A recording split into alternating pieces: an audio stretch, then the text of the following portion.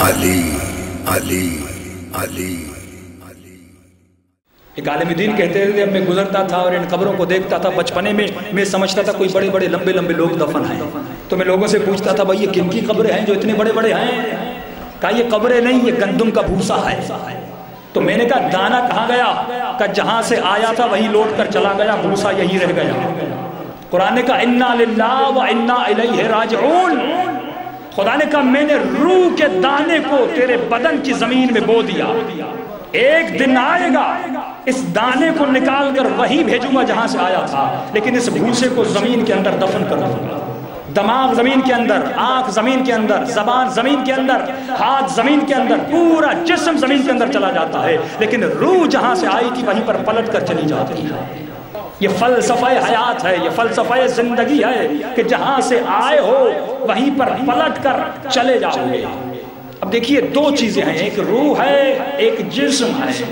اگر آپ بیمار پڑ گئے تو آپ کس کے پاس جاتے ہیں؟ ڈاکٹر کے پاس جاتے ہیں کہ ڈاکٹر میرا علاج کرے۔ اگر آنکھ خراب ہو گئی ڈاکٹر کے پاس گئے، اگر کان خراب ہو گئے ڈاکٹر کے پاس چلے گئے۔ بھائی ڈاکٹر کے پاس کیوں جاتے ہیں؟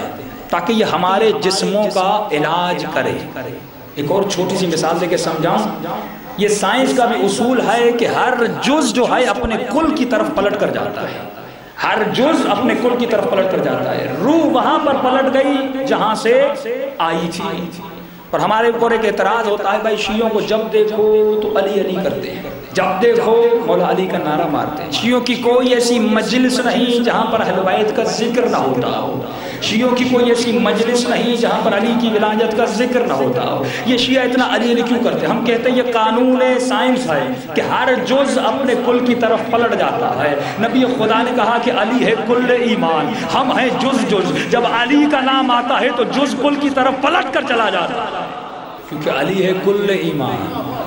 اور جب کل کا ذکر ہوتا ہے تو جز اپنے کل کی طرف پلٹتا ہوا جاتا ہے۔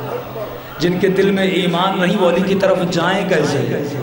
کیونکہ ہمارے دلوں میں ایمان، کیونکہ ایمان مولا فرماتے ہیں ہمارے شیعہ نور کے وہ ذرات ہیں کہ بکھرے ہوئے ہیں پورے کائنات میں۔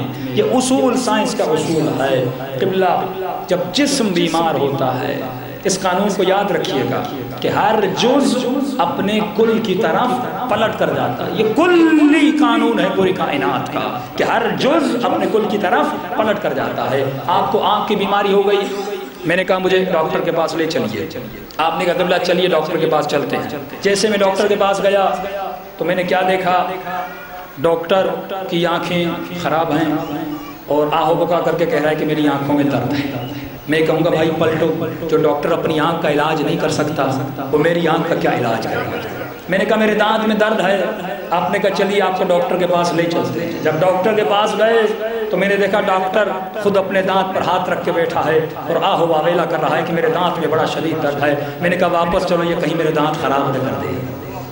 میں نے کہا دل میں درد ہے، آپ نے کہا چلو ہارٹ اسپیشل کے پاس چلتے ہیں۔ جب وہاں پر گیا وہ بیچارہ خود دل پہ ہاتھ رکھ کے کہہ رہا ہے مجھے دل کا دورہ پڑ گیا ہے۔ میں کہوں گا بچاؤ اسے ڈاکٹر سے۔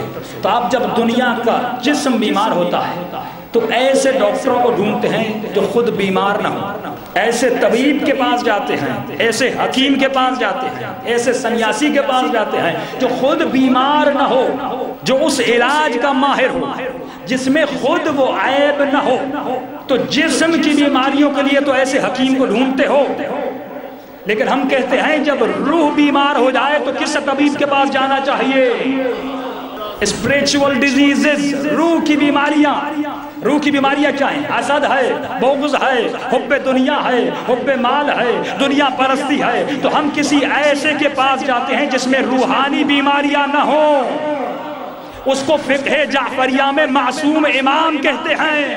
اگر جسم کی بیماریوں کے لیے کسی ایسے کو ڈھونڈ رہے ہو تو کیا روح کی بیماری کے لیے کسی کو نہیں ہونا چاہیے کہ جس کے دل میں حسد نہ ہو؟ اگر کفر کو ختم کرنا ہے تو کسی ایسے کو ڈھونڈو جو کبھی کافر نہ ہوا۔ اگر اپنے ڈر کو ختم کرنا ہے تو کسی ایسے کو ڈھونڈو جو کسی میدان جنگ میں نہ بھاگا ہو۔